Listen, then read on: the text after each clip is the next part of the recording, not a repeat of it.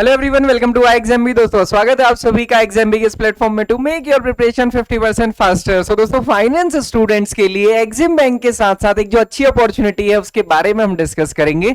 और यहाँ पे न सिर्फ फाइनेंस स्टूडेंट्स बल्कि जो कॉमर्स के स्टूडेंट्स हैं उनके लिए भी एक अच्छी अपॉर्चुनिटी है। और वो क्या है, NIACL में जो AO है, एडमिनिस्ट्रेटिव ऑफिसर, उसमें जो अकाउंट्स की पोजीशन है, ये रिक्रूटमेंट NIACL की रिक्रूटमेंट आई हुई है। 29 सितंबर last date of form filling है। ये एक अच्छी हम कह सकते हैं कि अपॉर्चुनिटी है उन सभी स्टूडेंट्स के लिए जिनका स्पेशलाइजेशन फाइनेंस में है या फिर एमकॉम है, क्योंकि आप देखेंगे मैक्सिमम टाइम तो एमकॉम को हटा दिया जाता है। तो ये ऐसा एग्जामिनेशन है जहां पे एमकॉम भी एलिजिबल है।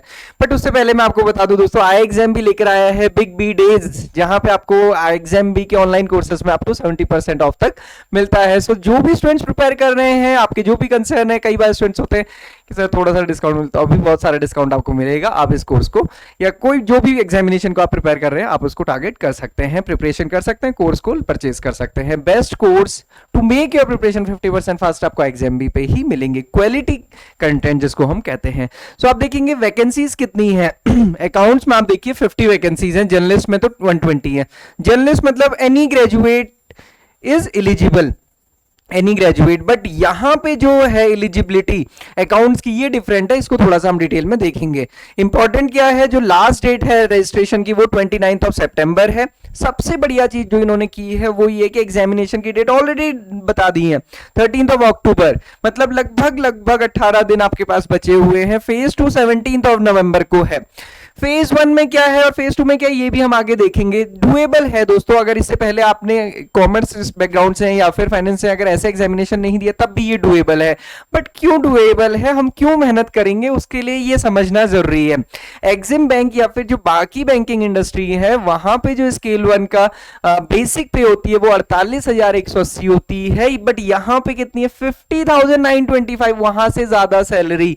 यहाँ पे लिखा भी है कि gross emoluments will be approx 88,000 rupees per month. और उसके अलावा बहुत सारे अलाउंसेस होते हैं इंश्योरेंस कंपनी में। और उससे सबसे बड़ा बेनिफिट, अगर कोई मुझसे पूछे कि बैंकिंग में या इंश्योरेंस में, तो मैं कहूंगा कि बैंकिंग में बेनिफिट एक तो ये सैलरी ज्यादा होती है, और सबसे बड़ा जो है वो है 5 डेज बैंकिंग, जिसको हम बात करते हैं वर्क लाइफ बैलेंस में। 5 डेज की यहाँ पे वर्किंग होती है, तो इसलिए ये अपॉर्चुनिटी स्टूडेंट्स के लिए अच्छी है। अब आ जाते हैं हमारी इसकी एलिजिबिलिटी क्या है उस पर। तो देखिए यहाँ पे बहुत क्लियरली मेंशन किया गया है, तो इसकी वजह से ज्यादा स्टूडेंट्स में एलिजिबल होते हैं। Must possess the minimum qualification should be in a form of recognized university or any equivalent qualification recognized by such central government. मतलब अगर कोई ऐसी डिग्री है जो यहां मेंशन नहीं है बट वो इसके इक्विवेलेंट है, तो उसको भी माना जाएगा। जबकि ऐसा कई जगह नहीं लिखा होता है। जब वहां पे नहीं लिखा होता है तो जो डिग्री मेंशन होती है सिर्फ वही एलिजिबल होती है। बट यहां पे क्या लिखा है, any equivalent qualification recognised by the central government, those students are also eligible। अब यहां पे देखिए है क्या क्या, अकाउंट्स में कौन एलिजिबल है, मिनिमम क्वालिफिकेशन कितनी चाहिए, CA ICA cost and management accounting CMA and graduation, ये CA या फिर CMA या फिर ग्रेजुएशन आपका होना चाहिए, पोस्ट ग्रेजुएशन होना चाहिए किसी भी डिसिप्लिन में विद 60%। मतलब CA के जो भी CA या CMA है उसके पास ग्रेजुएशन पोस्ट ग्रेजुएशन होना चाहिए। या फिर अगर आप CA नहीं है तो MBA या फिर आपका फाइनेंस में हो, PGDM फाइनेंस हो, एमकॉम विद मिनिमम 60%। अब ये सब में 60% की ही रिक्वायरमेंट है। और अब देखिए इसके साथ साथ अगर कोई इक्विवेलेंट भी है तो भी चलेगा दोस्तों। ये आप जब फॉर्म फिल करेंगे तब भी आपको पता चलेगा। तो जितने स्टूडेंट्स थे दोस्तों, देखो कई बार क्या होता है, अगर आपका स्पेशलाइजेशन है बट इंटीग्रेटेड डिग्री है तो भी आप उसमें एलिजिबल होते हैं। तो क्योंकि यहाँ पे इक्विवेलेंट लिखा है और जो इंटीग्रेटेड डिग्रीज होती हैं सेंट्रल गवर्नमेंट उनको पूरी मान्यता देती है। नहीं तो कोई क्यों करेगा, फिर तो नुकसान हो गया, उसका 5 साल भी चले गए और फायदा क्या हुआ जब वो कहीं एलिजिबल नहीं है।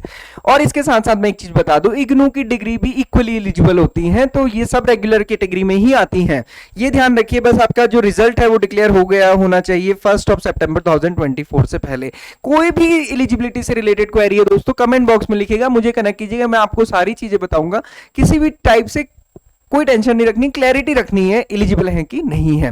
सो ये मैं आपको बता दूं, ये बहुत अच्छी अपॉर्चुनिटी स्टूडेंट्स के लिए है। एज की बात अगर हम करें तो 21 से लेकर 30 ईयर्स तक के बीच की है। एग्जामिनेशन में जो प्रीलिम्स है रीजनिंग, इंग्लिश और क्वांट्स, तीन ही है, केवल 100 मार्क्स का ही रहेगा।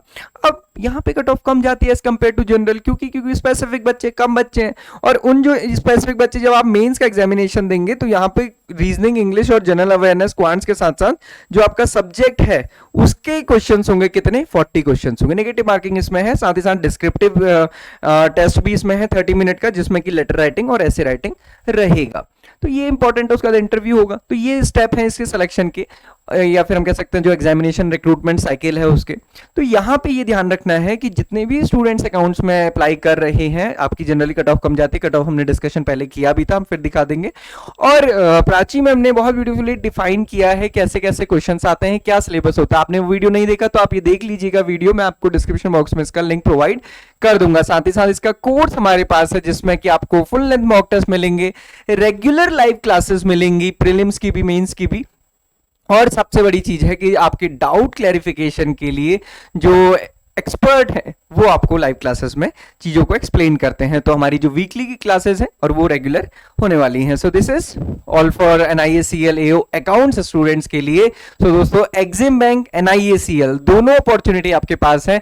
आपको ये देखना है कि अगर आप दोनों में एलिजिबल हैं तो एग्जाम बैंक तो केवल सब्जेक्ट रिलेटेड है, यहाँ पे कौन सी इंग्लिश है, बट अगेन वो इतना डिफिकल्ट नहीं होता जितना जर्नलिस्ट में होता है। किसी भी डाउट ऑफ क्वेरी के लिए आप हमें कनेक्ट कर सकते हैं। This is all for today.